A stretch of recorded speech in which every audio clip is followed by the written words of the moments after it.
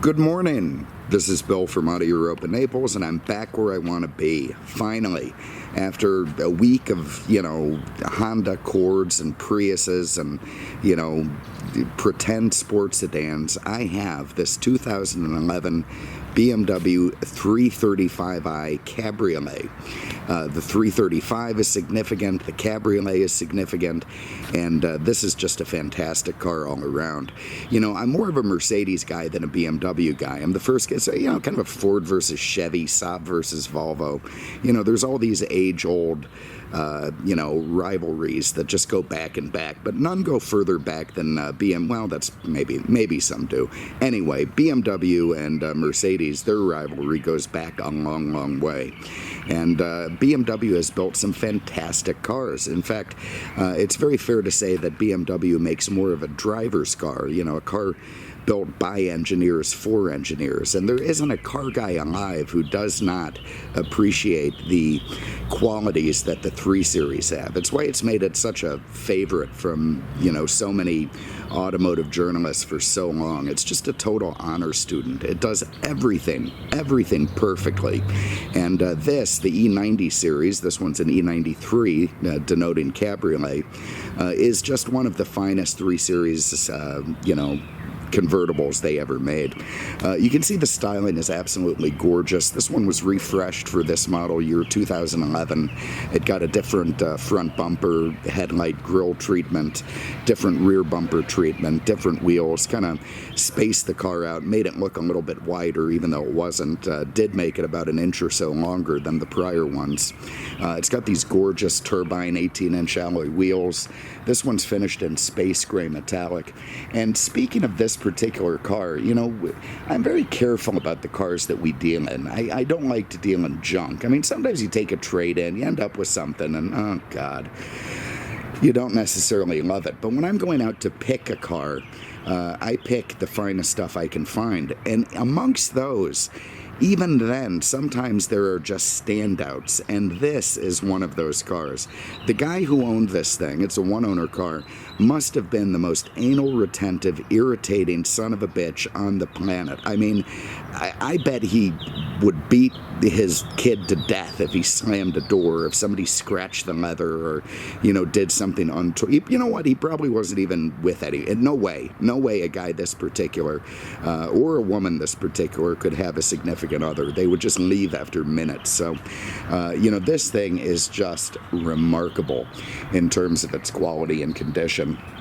You see those big twice pipes at the bottom. You see the mist on the trunk that I'm fighting. Drives me nuts. There's new for the 11, those LED taillights. They're a beautiful effect at night. Look really, really good. This is a very well-equipped car, befitting its, upgrade. The mist and the fingerprints. Good God. Anyway, the 335 gets some additional equipment, not just under the hood, but they tend to be a bit more optioned as a whole. I tell you what we're going to do. I'm going to open the trunk for the moment so you can see it with the top up.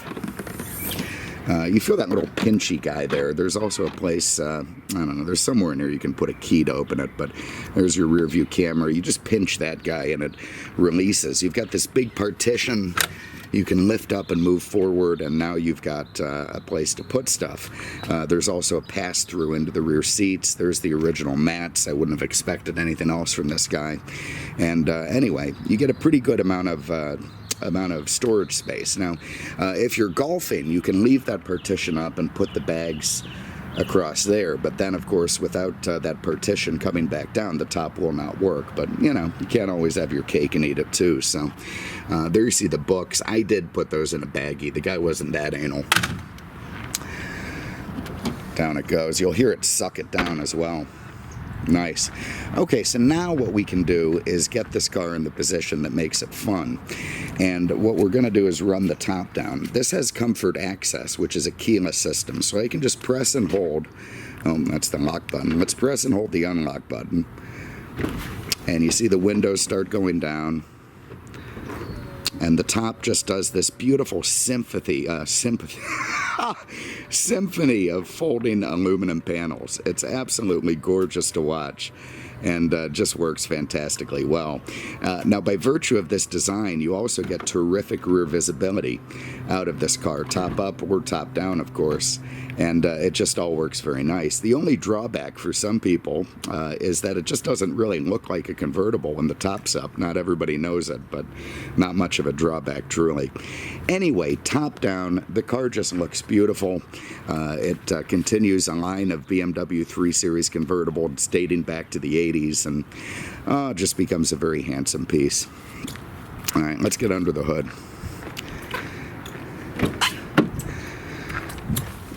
All right, so in 2011, BMW changed this fantastic N54 inline twin turbocharged 6-cylinder engine for, frankly, another turbocharged inline 6-cylinder engine. The significant difference is it went from 2 turbos to 1 twin scroll turbo. It kept all the same power, all the same torque. In fact, the torque came on a little bit earlier. But what it did do was improve gas mileage, improve emissions, and all the stuff the government seems to want. A twin-scroll turbo is kind of like 2 turbos in one. The way a turbo works, it uses the exhaust manifold gases to spin this little turbine wheel at insane amounts of like 150,000 RPMs, and it just sort of super pumps air through the engine to make it go faster. One of the drawbacks to that is that the exhaust gases are very irregular from the engine. They're coming out of one side. They conflict with each other in the pipe leading to the turbo. A twin scroll turbo overcomes that by taking select exhaust gases from select cylinders, banks of 2 or 3. I believe these are 2 banks of 3, to really smooth it out, cut away the whole idea of turbo lag, make the turbo spool up instantly, and become a much smoother affair, which is what BMW has done with this motor. This is now the N55, so they added a digit. Fantastic motor, really truly the last of the great inline 6s. They're all moving towards 4 cylinders now for, new fuel standards, which is just annoying. The inline 6 is such a great engine, and this is truly one of the best ever built. That's mated to a shiftable 6-speed automatic, works great, everything lovely under here, and just a fantastic engine. BMW engineering is terrific, at least on the 6-cylinder models. Okay, you can see this still has the accessory windscreen. I was thinking about folding this up for the video to show you some stuff, but I'm tempted not to. So I don't know. Let's see, I guess we spin that to release. I hate doing this. All right, you know what? I'm not going to do this. I just want you to know that behind this windscreen, if I press that little button there, that whole panel can flip forward and make a neat little cargo area out of the rear seats. And that way you save your leather. If you've got cargo in a hurry, you can throw it in there. When the top is down, it gives you a neat place to put stuff without having to fool around with the partition. Because as you can see, with the top down, you don't get a fantastic amount of access to your cargo. So you've got one of these little slits here like the medieval guys used to fire arrows through. But otherwise, you got to really reach under there and you don't know what you're going to get. It reminds me a little bit of Stephen King's It, the little kid reaching in for his boat. How do you know there's not some violent clown under that partition who's going to rip your arm off? So got to be careful of that. All right. So anyway, rear seats. Look at that beautiful Dakota leather, black, gorgeous. BMW uses some kind of new treatment on this car where they intermingle some sort of fancy, compound with the leather treatment, and it's supposed to reduce the heat by an enormous margin, like 50 or 60% cooler than without the treatment. So even down here in Florida, you can get away with the black leather with BMW's special treatment. Gorgeous, gorgeous leather, never been touched up or leather-maticed. Absolutely, impeccable. Again, how annoying this guy must have been. This car does have the Sport package, which gives you this little extendable thigh cushion. It's got driver memory, passenger power. They give you this little fingerprints. Make me nuts. Anyway, on the headrest, you see that little button over there. If I press it on this side, you can pull the headrest out or push it back in to suit your tastes. That's kind of a nice feature. Before we hop in, comfort access. I can lock the car just by pressing those little ridges on top of the handle, unlock it just by putting my hand in the handle. Door panel, gorgeous, beautifully designed. Again, with BMW and the 3, they just do it so fantastically well. You see the inlaid wood, very nice. You've got your power window and mirror controls. It's all very Teutonic, subtle, just extraordinarily well built. If you carry a firearm, you'll be able to get it in there with some clips. You got another place back here for more stuff, maybe some switchblades, and everyone's going to be real happy. All right, let's hop in. That's Pooch Central right now. Okay, again with comfort access, just put our foot on the brake, tap that guy, fires right to life. And it gives you that irritating BMW bing. I tell you what, you get real sick of that sound in a real hurry. They tried to make it artsy, you know, it used to be this big thing like the U-boat is sinking. They stylized it, they, you know, made it a little bit more musical, but the effect isn't there. It didn't work for me at all. I just hate the sound of it. Anyway, you've got automatic headlights over there. Your fogs work with the autos on, which is nice. Some cars don't do that, and it makes me nuts. You've got this very classic instrument cluster, very BMW style. The two, you know, brushed aluminum looking gauges with fuel on the bottom left and temp on the bottom right. You know, 180 mile an hour speedo, sorry, 160 mile an hour speedo. Does have a 7,000 RPM red line, this car. All very lovely. So also a little driver information center down there. Okay, I'm going to go over to the radio and we're going to try this voice command again. Let's see if this works. I've had very bad luck with voice command lately. 95.3. You are listening to 95.3 FM. All right, good. I think that worked. Now, you see this weird camera thing came up. Let me show you that. Some guy installed a this thing, Smart View. It gives you a front camera. My detailer didn't wipe it off or it wouldn't have been so blurry. We looked it up real quick. It's some sort of interconnect between the Idrive and a smartphone that's supposed to mirror your phone. I haven't fooled with it. In here, there's a little remote control for it, I believe, so you're going to have to figure that out. But it's obviously some anal retentive thing that the guy had. There, my phone now. All right. Anyway, it's you know, a very nice subtle added feature that apparently gives you some more smartphone connectivity than you might have had otherwise. It also adds a front camera, which frankly to me seems kind of dumb because you can already just look straight ahead and you're probably going to see the same view, but you know, whatever. Anyway, you can turn that off with these little buttons that are hidden under here and go back to your iDrive. We'll get into the iDrive in a second. So very nice, thick, lovely leather steering wheel. Beautiful. Love the titanium looking trim. Of course, the BMW Rondell with the Bavarian colors. You've got your volume control over here, your Bluetooth phone hang up, shut down, your AC stuff. Again, with recirculate on the steering wheel. I'm not sure why that's a control anybody needs on their steering wheel. It just doesn't seem like something you use a lot, but maybe that's just me. For 11, they changed the paddles, thank God. These flippity flips used to be you pulled for one gear, you pushed for the next. Now they're just left and right. This side is downshift, this side is upshift.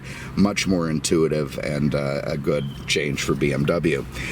There's your cruise control down there. Here's your turn signals and wipers. They have that same stupid electronic turn signal, so little push gives you a flash to pass, bigger push clicks it in permanently till you cancel it or turn the wheel.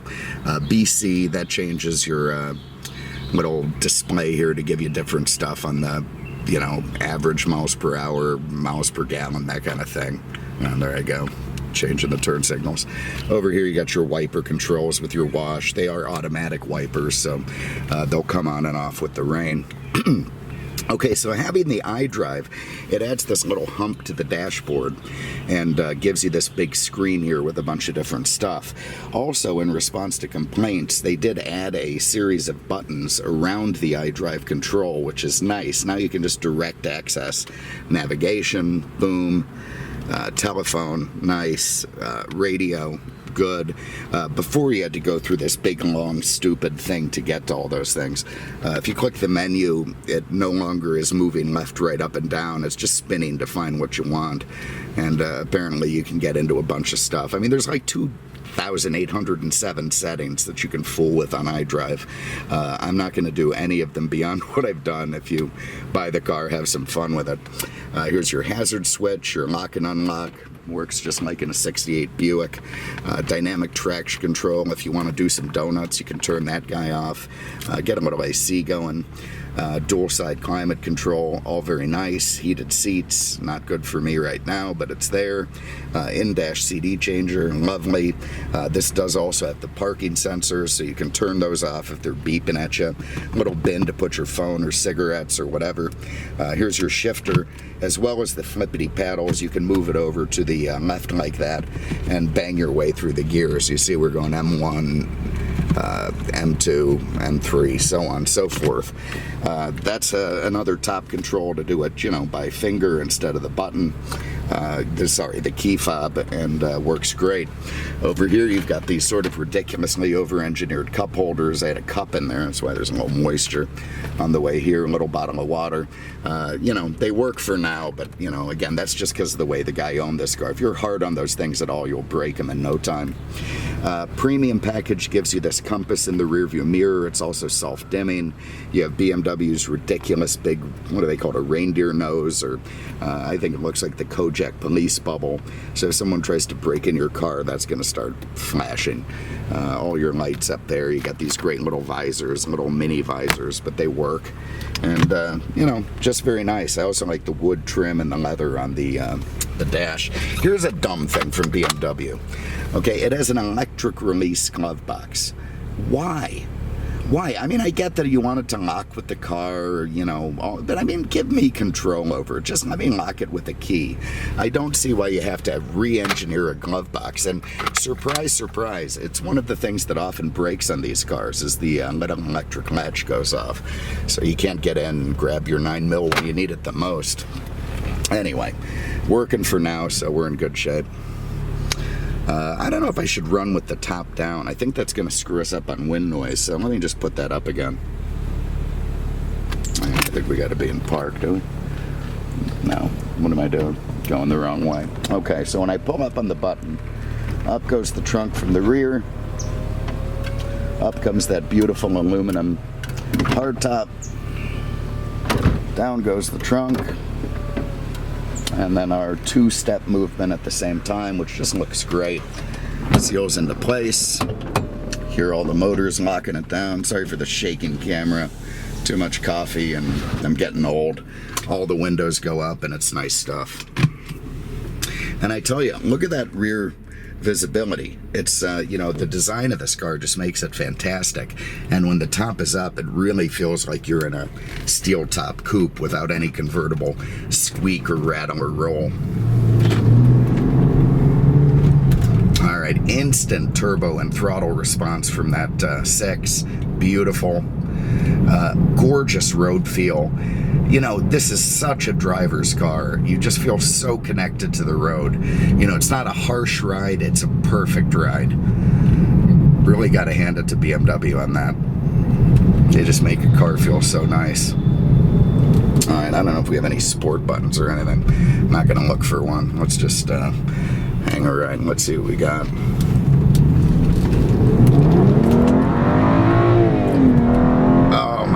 That's sweet. So you saw the, first of all, instant shifts. I mean, no delay at all. Instant torque, instant turbo power. This thing just rockets the minute you nail it and becomes an absolute joy to hammer. Oh, what a fun car. So that really is what separates the 335 from the 328. You also get better fuel mileage than you used to with the 335, which really doesn't put it that far off the 328. So you're really not gaining that much in terms of economy by, you know, dumping the turbo. Well, anyway, there it is. I mean, what a terrific machine. Again, E93, 2011 BMW 335i, Cabriolet. Just a beautifully engineered car. Fantastic to drive. Great brakes, great shifting, great engine, great everything. just what you'd expect from a BMW 3 Series. So this particular car just turned 80. You know, one owner car, local trade-in, like new. I mean, this guy must have been some kind of surgeon or something, or just, I hope he was anyway. You don't want a surgeon who's a messy guy. But anyway, just a fantastic car all around. If you have an interest, give us a call. Sorry about the sun. Lord God, that's harsh. 239-298-8000 on the web at Mercedes Expert. Oh, almost killed a bird. You know, you'd think I'd hammer it up for that. Anyway, not Mercedes Expert. Now we're at aenaples.com with our recent move. So thanks for having a look. We really appreciate it. And we'll see you with the next one. Take care.